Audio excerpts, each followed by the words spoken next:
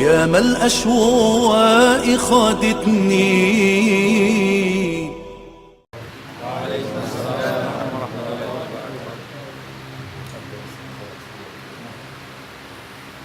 الحمد لله رب العالمين، وصلى الله وسلم على سيدنا محمد طه الأمين. La louange est à Allah, le Seigneur des mondes, et que Allah élève davantage les degrés et les grades du prophète Muhammad sallallahu alayhi wa sallam. On demande à Allah tabaraka wa ta'ala qu'il nous accorde la bonne intention et la bonne compréhension. نسأل الله تعالى أن يجعل جمعنا هذا مرحوما وتفرقنا من بعده ميمونا وأن لا يجعل فينا شقيا ولا محروما. صلى الله وسلم على سيدنا محمد رسول الله.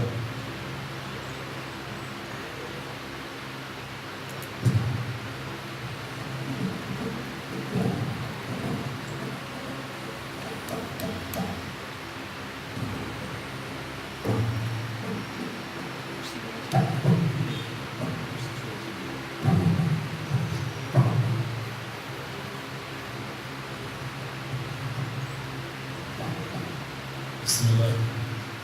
الله تبارك وتعالى dit dans le Coran الكريم: الله الذي خلق سبع سماوات ومن الأرض مثلهن.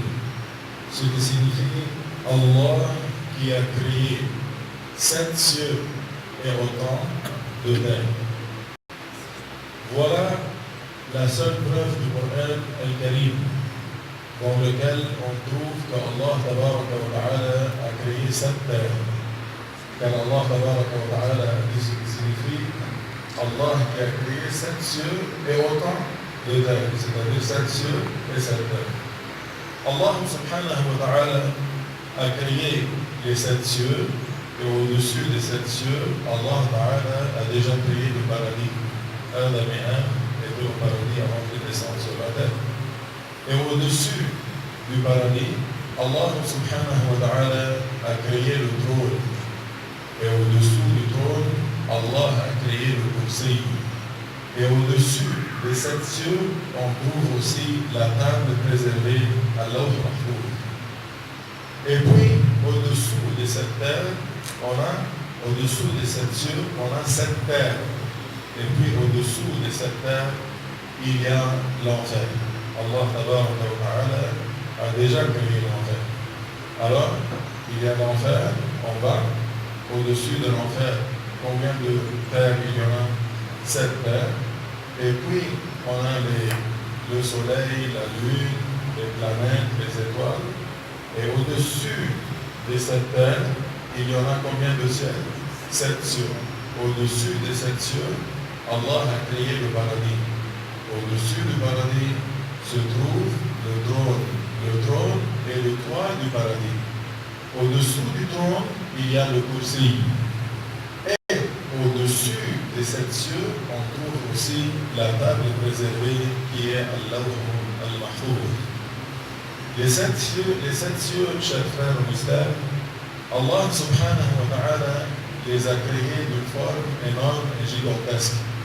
Car l'épaisseur de chaque ciel, c'est la distance couverte dans 500 ans de marche.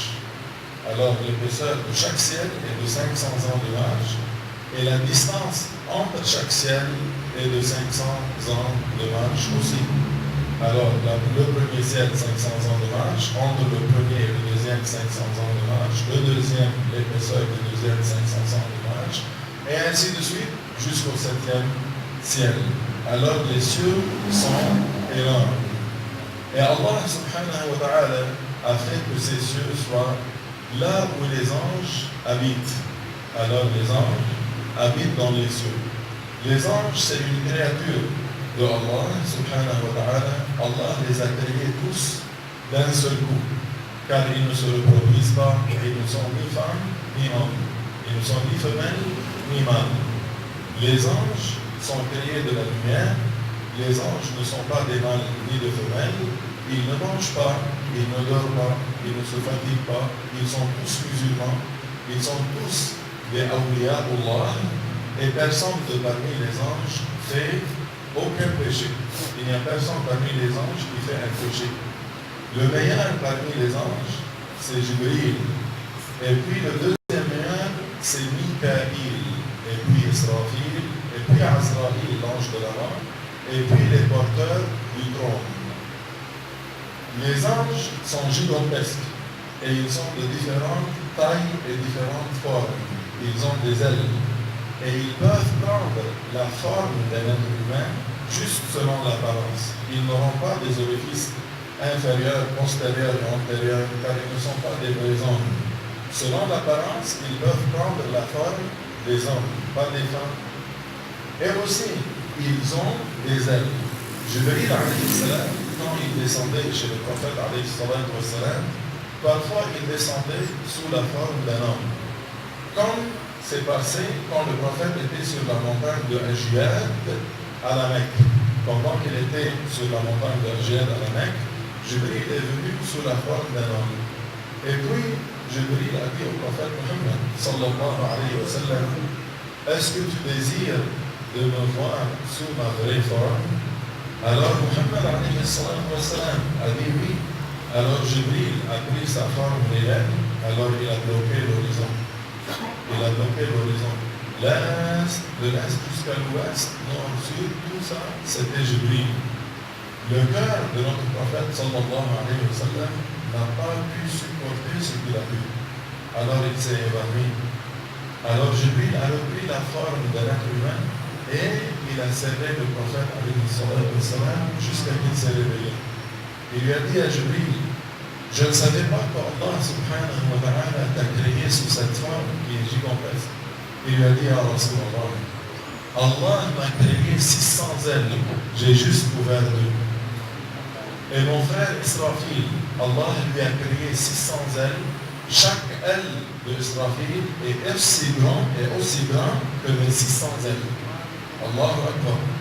Alors Israfil, selon la taille et la forme, est plus gigantesque que Jibril, sauf que Jibril est meilleur que Israfil.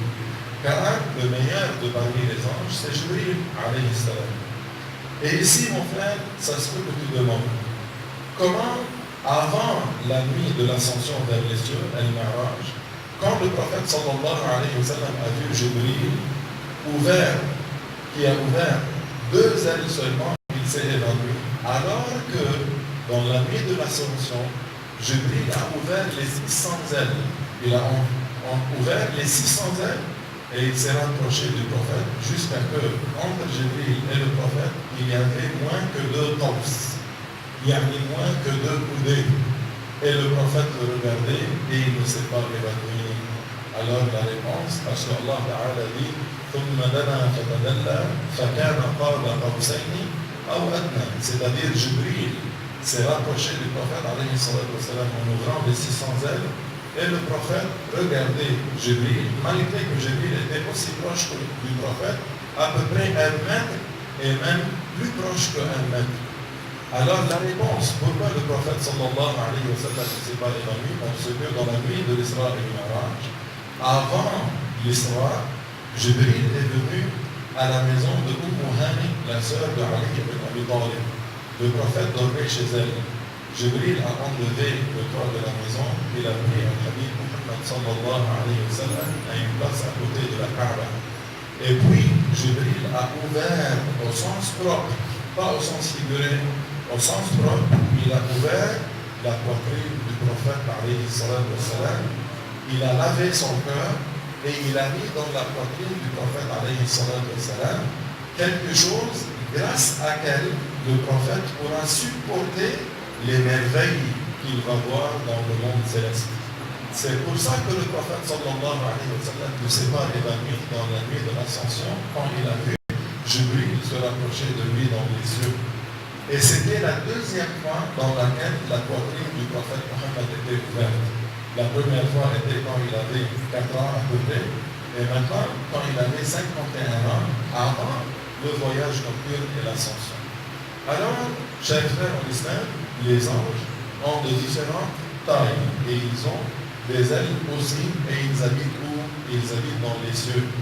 Et quand Allah subhanahu wa ta'ala veut punir un peuple, Allah envoie sur eux Jibril alayhi salam pour les anéantir. C'est pour ça que Allah subhanahu wa ta'ala a menacé les idolâtres de la Mecque en disant أَأَمِنْتُمْ مَنْ فِي السَّمَاءِ أَنْ يَخْسِفَ بِكُمُ الْأَرْضِ. C'est-à-dire, vous ne craignez pas Jibril qui habite dans les cieux, qui ouvre la terre au-dessous de vous et la terre va vous avaler. Vous ne craignez pas Jibril qui habite dans les cieux. Alors les anges habitent dans le ciel. Et même les cieux, malgré qu'ils sont gigantesques, ils sont surchargés par les anges. Le prophète alayhi salatu wa salam a dit en arabe Attat is-sama. Les cieux, Attat. Attat. C'est quoi Attat? Normalement, les Arabes qui savent à propos des chameaux et ainsi de suite, quand ils mettent du poids sur le chameau, si le chameau est surchargé par le poids, il y a Attat. C'est-à-dire qu'il commence à faire sortir une voix, comme on dit, un son, que je suis surchargé. Alors, on sait qu'il faut enlever du poids. Alors, le prophète, alayhi salatu wa salam, qu'est-ce qu'il a dit à propos des cieux? Elle était surchargée par les anges. Il n'y a même pas une distance, le prophète a dit, alayhi salatu wa salam, de 4 doigts vides. Il n'y a pas une distance de 4 doigts vides dans les cieux, qu'il y a un ange, ou bien debout, ou bien qui fait le cours, ou bien qui fait le sujoud. Alors les cieux sont surchargés par les anges. Et aussi, dans le ciel maintenant, il y a un être humain maintenant qui vit avec les anges comme les anges. C'est le prophète Isa alayhi salam, le fils de Maryam alayhi salam. Comme vous le savez, Isa alayhi salam n'était pas mort. Et Isa n'était pas crucifié.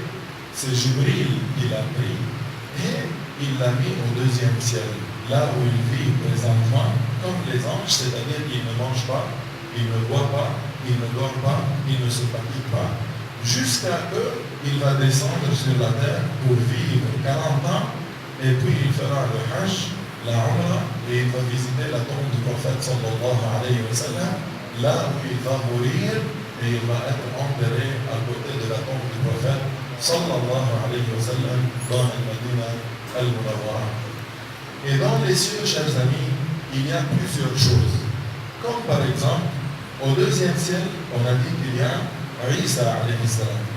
Aussi, au 7e ciel, il y a une place qui s'appelle Illiyin.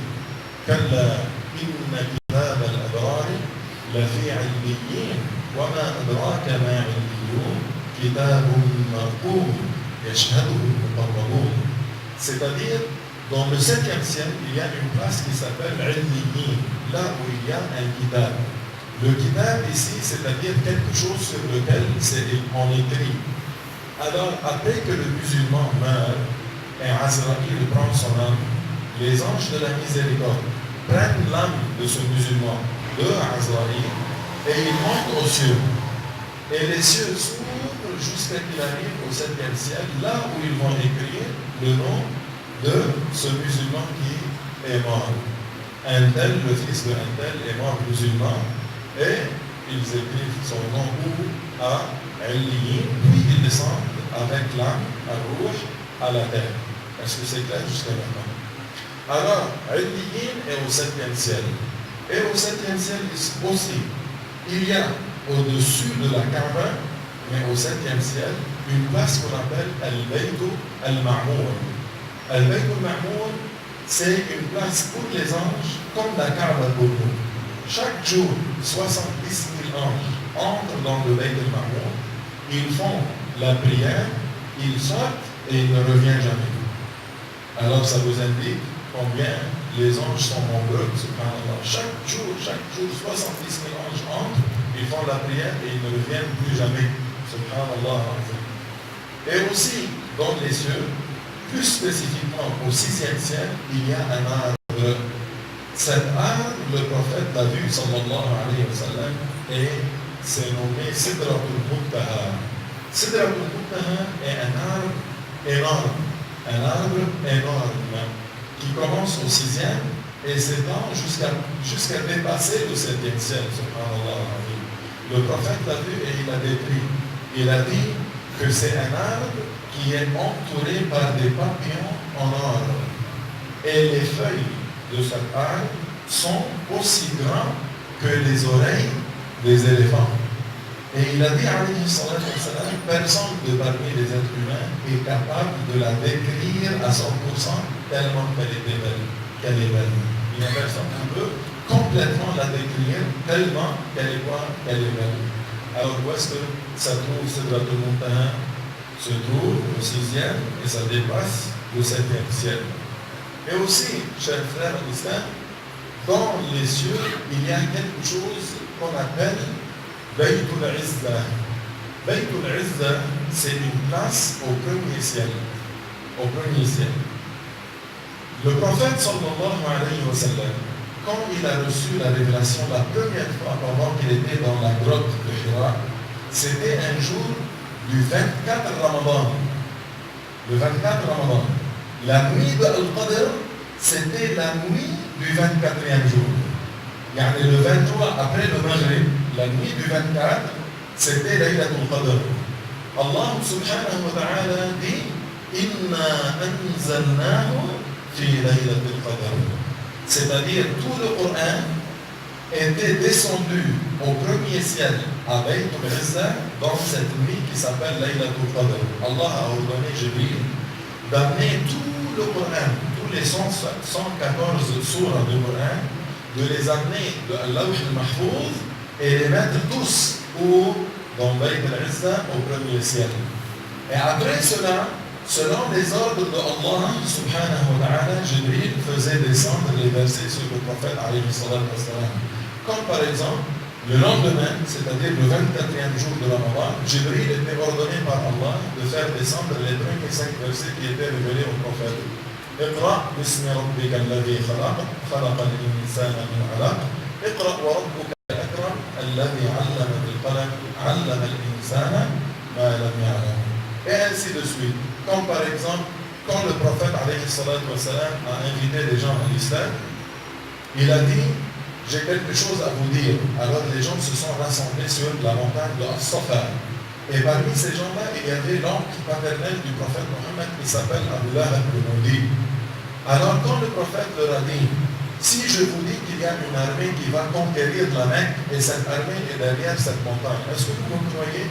Alors ils lui ont dit, oui, on te croit, tu es un sadiq al-amin, tu es l'honnête, tu es le véridique, bien sûr on te croit. Alors il leur a dit, je suis le messager d'Allah, dites la ilaha illallah, Muhammad Rasulullah, vous allez être accordé, vous allez entrer au paradis. Alors, subhanallah, Abu Lahab, l'oncle paternel du prophète, qu'est-ce qu'il a fait? Il a insulté le prophète. Il lui a dit, Tabban laka, c'est pour ça que tu nous as appelés. Il lui a dit que tu sois maudit, c'est pour ça que tu nous as appelés.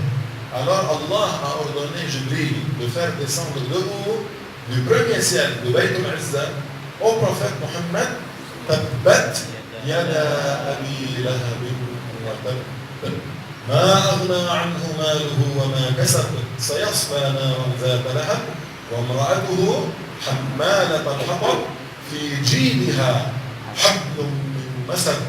Alors le maudit, c'est pas Mohammed sallallahu alayhi wa sallam, mais c'est plutôt Abu Lahab et sa femme, la borgne Jamil, qui alimentait la médisance contre le prophète sallallahu alayhi wa sallam, qui faisait la zizanie, la namima contre le prophète alayhi salatu wa sallam. Quand les Juifs sont venus chez le prophète, par exemple, ils lui ont dit à Mohammed sallallahu alayhi wa sallam, décris-nous ton Seigneur. Parle-nous des attributs de ton Seigneur. Alors Allah a ordonné à Jibril de faire descendre de haut du premier ciel de Baytul Izza les versets de Surat al-Ikhlas. Qul huwa Allahu ahad, Allahu as-samad, lam yalid wa lam yulad wa lam yakul lahu kufuwan ahad. Et puis il a dit hadhihi sifatu rabbi, voilà les attributs de mon Seigneur subhanahu wa ta'ala. Alors dans le premier ciel, il y a Baytul Izza, là où tout le Coran était descendu dans Laylatul Qadr, là-bas. Et aussi, chers frères en islam, au premier ciel aussi, il y a les âmes, les rouges, les âmes des grands pécheurs musulmans après la décomposition de leur corps. Quand la terre va assimiler les corps des grands pécheurs musulmans, les âmes quitteront les tombes et certains parmi les âmes des grands pécheurs seront accrochés entre le premier ciel et la première terre et certains seront dans le premier ciel. Voyez, ça c'est au premier ciel. Alors, les cieux, l'habitat des anges, il y a dans les cieux, qu'est-ce qu'on a dit? Qui veut me rappeler? Qu'est-ce qu'on a dit il y a dans les cieux? Il y a les anges. Qui d'autre? Il y a Al-Bayt al-Ma'mour qui est où? Qui est au 7e ciel. Et qu'est-ce qu'il y a aussi au ciel? Il y a Bayt al-Izza. Dans quel ciel? Au 2e ciel. Au 1er ciel. Bayt al-Izza au 1er ciel. Et qu'est-ce qu'il y a dans les cieux aussi? Sayyidina Isa qui est dans quel ciel? Au 2e ciel. Et qu'est-ce qu'il y a au 6e ciel?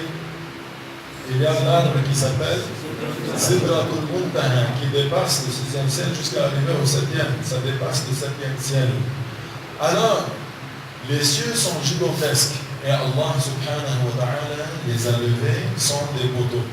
Malgré, regardez cette mosquée, masha'Allah, combien de poteaux il y en a pour pouvoir lever le toit de la mosquée. Alors imagine les cieux, ils sont là par la puissance de Allah subhanahu wa ta'ala qui est ala kulli shay'in qadir. Alors, au-dessus des 7 cieux, on a dit qu'il y a le paradis. Et le paradis est déjà créé. Au-dessus du paradis, il y a le trône. Et le trône, chers frères, en islam, c'est la plus grande créature physique qu'Allah a créée. Allah pouvait créer quelque chose qui est plus grand que le trône, mais Allah ne l'a pas fait. Le trône, chers frères, c'est une plateforme, c'est comme un lit pourvu de 4 poteaux, sur lesquels c'est écrit La ilaha illallah Muhammadun Rasulullah sallallahu alayhi wa sallam. Et maintenant, il y en a 4 anges qui lèvent le trône. Le prophète les a vus et il a dit ce qui signifie Allah m'a donné la permission de vous décrire un parmi les 4 anges porteurs du trône. La distance entre le lobe de l'oreille de cet ange jusqu'à son épaule, c'est une distance qui est de 700 ans de vol d'un oiseau qui vole à vive allure sans arrêt. Il y a un oiseau qui vole à vive allure a besoin de 700 ans de vol juste pour arriver de où jusqu'à où? Du lobe de l'oreille de cet ange jusqu'à son épaule. Alors imagine, de la tête au pied de cet ange, c'est quoi la distance? Et imagine, il y a maintenant 4 anges qui portent le trône, mais en plus. Mais au jour du jugement dernier, ils seront combien d'anges? 8 anges qui vont porter le trône. Le trône, chers frères en islam, Allah l'a créé comme manifestation de sa puissance. Pour montrer sa puissance, Allah subhanahu wa ta'ala a créé le trône. Allah n'a pas besoin du trône. Allah dit dans le Coran, فَإِنَّ اللَّهَ غَنِيٌّ عَنِ الْعَالَمِينَ. C'est-à-dire, Allah n'a besoin d'aucune de ses créatures. Parmi les créatures de Allah, les cieux. Parmi les créatures de Allah, le trône. Parmi les créatures de Allah, le paradis, l'enfer. Allah n'a pas besoin de sa créature. Allah existait avant le trône, son trône. Allah existait avant les cieux, sans yeux. Et son cieux. Et après qu'il les a créés, il ne change pas, subhanahu wa ta'ala. Subhanalladhi yughayyir wa la yataghayyar. Alors Allah, tabaraka wa ta'ala, n'est pas assis sur le trône comme disent les juifs, pas les musulmans, pas les sunnah wal jama'a. Les juifs disent Allah est un corps, et ça c'est faux, car Allah Allah ne ressemble à aucune de ses créatures. Allah n'est pas un corps, Allah n'a pas une taille, Allah n'est pas long de taille ni court, Allah n'est pas gros ni maigre, Allah n'a pas de forme, il ne ressemble à aucune de ses créatures. Les juifs, pas les musulmans, disent que Allah est un corps, et Allah a créé les cieux et les terres, ils disent, dans 6 jours, et puis il est fatigué, il s'est fatigué, alors il s'est reposé sur son dos, sur le trône le samedi. Et ça c'est faux. Allah subhanahu wa ta'ala n'est pas attribué par la fatigue. Allah subhanahu wa ta'ala a créé les cieux et les terres, et Allah subhanahu wa ta'ala n'est pas attribué par la fatigue. Allah n'est pas assis sur le trône comme les juifs disent. Et Allah n'habite pas les cieux comme disent les chrétiens. Les chrétiens, ils disent notre Père qui est dans les cieux. Ça c'est faux. Car Allah n'habite pas les cieux. Allah existait avant les cieux, sans les cieux, et après qu'il les a créés, ne change pas. Alors Allah n'habite pas les cieux, ni le trône. Alors pourquoi Allah a créé le trône? pour montrer sa puissance, comme manifestation de sa puissance. Est-ce que c'est clair jusqu'à maintenant? Au-dessous du trône, chers frères, il y a un kursi. Le kursi, c'est ce qu'on met normalement au-dessous du grand trône. S'il y a un trône, normalement on met un kursi, qu'on appelle en français un piédestal. Mais ça n'a rien à faire que Allah a des pieds qu'il les met là-bas. Non. Allah n'a pas une tête ni des pieds. Allah ne ressemble à aucune chose. Le kursi, en français, s'appelle le piédestal. T'as compris? En arabe, ça s'appelle le kursi. Et Allah dit dans Surat al-Baqarah, verset 255, qui est connu par Ayat al-Kursi, Wasi'a kursiyyuhu as-samawati wal ard. Qu'est-ce que ça veut dire? Ça veut dire que le kursi est beaucoup plus grand que les 7 cieux et les terres. Même le prophète, dans le hadith de Ibn Hibban, rapporté par Ibn Hibban, qu'est-ce qu'il a dit? Écoutez bien. Notre prophète, sallallahu alayhi wa sallam, a dit que les cieux et les terres, par rapport au kursi, les cieux et les terres, par rapport au kursi, sont comme un anneau dans une terre déserte. Allahu Akbar wa subhanallah. Et puis il a dit, le piédestal, c'est-à-dire le kursi lui-même, par rapport au trône, est aussi comme quoi, comme un anneau dans une terre déserte. Alors, subhanallah, fais attention. Alors, subhanallah al-azim, les cieux sont beaucoup plus petits que quoi? Que le kursi. Et le kursi est beaucoup plus petit que quoi? Que le trône. La plus grande créature de Allah physique, c'est quoi? C'est le trône Al-Arsh al-Majid, et ce n'est pas une place de Allah subhanahu wa ta'ala. Allah est notre créateur. Allah n'a pas une longueur, ni largeur, ni épaisseur, ni couleur. Allah n'est ni jaune, ni rouge, ni noir, ni blanc, ni transparent. Allah ne ressemble à aucune de ses créatures. Allah n'habite ni les cieux, ni les terres, ni le paradis, ni l'enfer. Allah existe sans endroit. Et Allah est le plus haut en grade et en degré. Et Allah est le plus grand en grade et en degré. Quand tu dis Subhana Rabbi al-A'la, c'est-à-dire Allah est le plus haut en quoi? En grade, en degré, non pas en place. Et quand tu dis Allahu Akbar, ça ne veut pas dire que Allah est le plus grand par l'aspect physique. Non. Allahu Akbar, c'est-à-dire Allah est plus grand que toute autre chose selon le grade et le degré. Le grade et le degré de Allah est le plus grand, subhanahu wa ta'ala. Tandis que Allah, tabaraka wa ta'ala, comme on a dit, il ne ressemble pas à sa créature. Allah n'a besoin d'aucune chose, subhanahu wa ta'ala. Alors que maintenant vous avez compris que, masha'Allah, le trône est la plus grande créature que Allah ta'ala a créée, maintenant c'est facile pour nous autres de savoir et de comprendre le verset équivoque qui était mentionné dans Surat Taha. Allah subhanahu wa ta'ala dit Ar-Rahman ala al-Arsh istawa.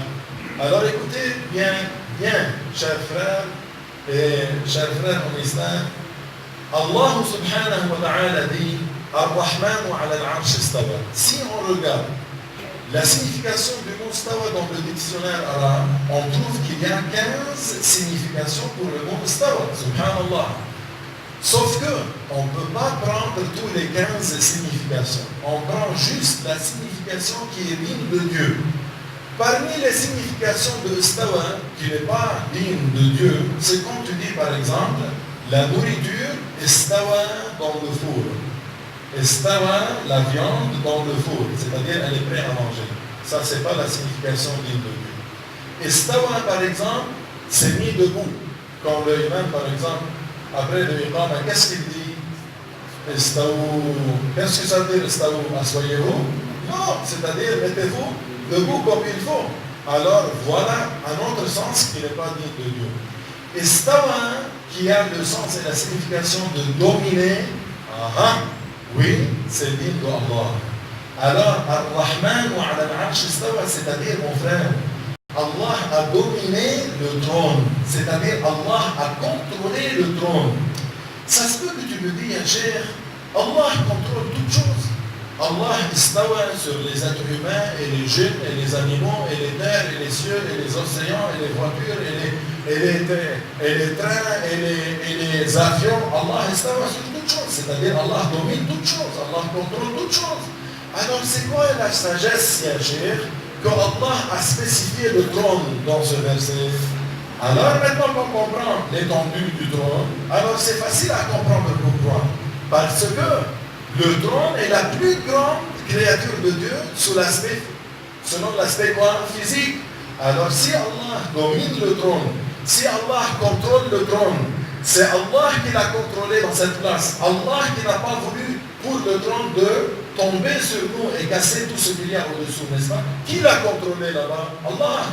Qui l'a dominé? Allah. Alors si Allah contrôle la plus grande création qu'il a créée, à plus forte raison, Allah contrôle quoi? Toutes les autres créatures. C'est pour ça que Allah a dit Ar-Rahman wa ala al-Arsh istawa, malgré que Allah, Ar-Rahman, ala les êtres humains istawa, ala les terres istawa, ala les océans istawa, ala toutes choses istawa. Allah domine toutes choses. Mais Allah a spécifié le trône parce que le trône est la plus grande créature de Dieu. Comme par exemple, si je vous dis, je peux lever 100 kg, qu'est-ce que vous comprenez? Que je peux, à plus forte raison, lever tout poids qui est en bas de 100 kg. Mais est-ce que j'ai besoin de le dire? Ah, je peux lever 1, 2, 3, 4, 5, 6, 7, 8, 9, 10, 20, 30, 40, jusqu'à 100? Non. C'est assez pour toi, pour comprendre que je peux lever tout poids qui est en bas de 100 kg, que je te dis, je peux lever combien de kilos? 100 kg. Et aussi, Ahl-Sunnah wal Jama'a, quand ils lisent, quand ils récitent Ar-Rahman wa ala al-Arsh istawa, ils savent que si Allah subhanahu wa ta'ala contrôle et domine la plus grande créature, à plus forte raison, Allah contrôle et domine quoi? Toutes les créatures. Alors faites attention, car il y a, subhanallah, des sectes égarées qui prétendent que Allah est assis sur le trône. Ça, c'est pas la croyance de Ahl-Sunnah. La croyance de Ahl-Sunnah, Allah n'a pas besoin du trône. Chers frères en islam, ma'ashar Ahl-Sunnah wal Jama'a, écoutez-moi bien. Allah a dit فَإِنَّ اللَّهَ غَنِيٌّ عَنِ الْعَالَمِينَ, c'est-à-dire Allah n'a pas besoin de la créature. S'il vous plaît maintenant, regardez ici, moi je suis assis sur le minbar, n'est-ce pas? Car j'ai besoin du minbar pour s'asseoir dessus, alors je ne suis pas غَنِيٌّ عَنْهُ. J'ai besoin du minbar parce que je suis assis dessus. Alors Allah Ta'ala dit غَنِيٌّ عَنِ الْعَالَمِينَ, n'a pas besoin de la créature. Celui qui est assis sur le trône, il aurait besoin du trône. Et Allah n'a pas besoin de la créature. Est-ce que vous avez bien compris? Les juifs disent Allah est assis sur le trône. Les chrétiens disent, les musulmans disent Allah existe sans endroit, subhanahu wa ta'ala, il est le plus haut en grade et en degré, et il est le plus grand en grade et en degré, subhanahu wa ta'ala. Et aussi, je vous dis quelque chose. Le trône, c'est écrit dessus, comme on a dit quoi? Les deux témoignages. La ilaha illallah Muhammadun Rasulullah. Comment on a su? On a su ça d'après le hadith qui était rapporté par Al-Hakim dans le livre Al-Mustadrak. Écoutez-moi bien. Al-Hakim dit, rapporte, que le prophète sallallahu alayhi wa sallam a dit, quand Adam a commis le petit péché, Adam s'est repenti à Allah en disant, oh Allah, je te demande par le haut grade de Muhammad que tu me pardonnes. Sallallahu alayhi wa sallam, sallallahu alayhi wa sallam. Adam, il demandait à Allah le pardon par le haut grade de qui? De Muhammad sallallahu alayhi wa sallam. Adam lui-même faisait le tawassul par le prophète sallallahu alayhi wa sallam. Alors Allah, qui sait toutes choses, a dit à Adam, comment tu as su Muhammad, alors que je ne l'ai pas créé encore? Il lui a dit à Allah, parce que quand tu m'as créé, j'ai levé la tête et j'ai lu sur les poteaux du trône, La ilaha illallah Muhammad Rasulullah, alors j'ai su que tu n'as pas ajouté à ton nom, sauf ton bien-aimé, le nom de ton bien-aimé.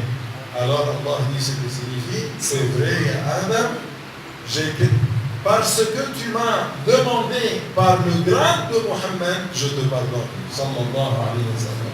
Alors, de ce hadith, on comprend, c'est halal, c'est bon de dire Allahumma, par le haut grade de Mohammed, accorde-moi des bénédictions.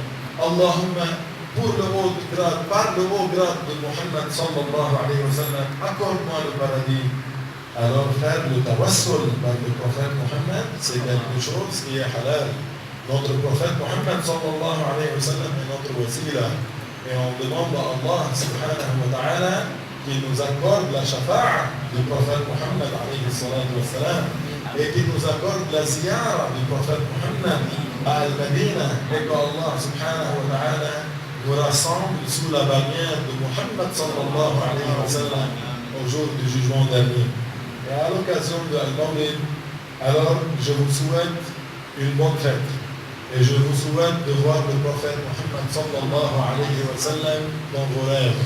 Et de voir le prophète Mohammed sallallahu alayhi wa sallam à côté de son hawd avant d'entrer au paradis. Inna Allah ala kulli shay'in qadir. Et voilà, maintenant, Inch'Allah subhanahu wa ta'ala, on va vous montrer. Et vous pouvez, Inch'Allah, toucher pour avoir la baraka, les rideaux qui étaient mis dans la Kaaba al-Sharifa à l'époque des Ottomans, à l'époque de l'Empire Ottoman, yani à l'époque de Al-Uthmaniyin. Qu'est-ce qu'ils faisaient les Uthmaniyoun? Les Uthmaniyoun étaient de parmi Ahl-Sunnah al-Jama'a pour nous. Les Uthmaniyoun, ils prenaient attention, ils faisaient très attention à la baraka du prophète sallallahu alayhi wa sallam. Ils faisaient très attention à ça.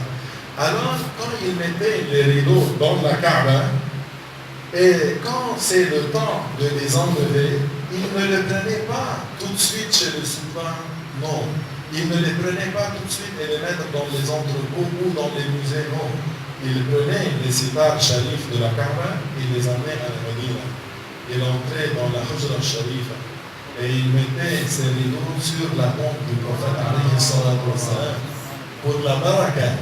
Et puis ils enlevaient le tissu, ils le pliaient avec beaucoup de respect et ils l'envoyaient au sultan. واضح هذا الكلام؟ والحمد لله رب العالمين. Maintenant ici à l'île Maurice, Allahu Akbar, on a pu arriver avec deux tissus qui étaient dans la Kaaba et sur la tombe du prophète sallallahu alayhi wa sallam. Mais ça c'est pas tout. Demain au moment d'Inch'Allah, on va vous montrer le grand sitar qui était sur la tombe du prophète Mohammed pour des jours et des nuits, pour des mois. Il pèse presque 17 kilos, subhanallah. Et sur lui, vous voyez la Torah, la signature spéciale du sultan de cette époque qui fait depuis 200 ans à peu près, 200 ans et 209 ans. Subhanallah, ça c'est demain. Aujourd'hui, Inch'Allah, vous allez voir deux parmi les sitas qui étaient dans la Kaaba. تفضل حشتاني أمام نور الانسباب جزاك الله خيرا صلوا على رسول الله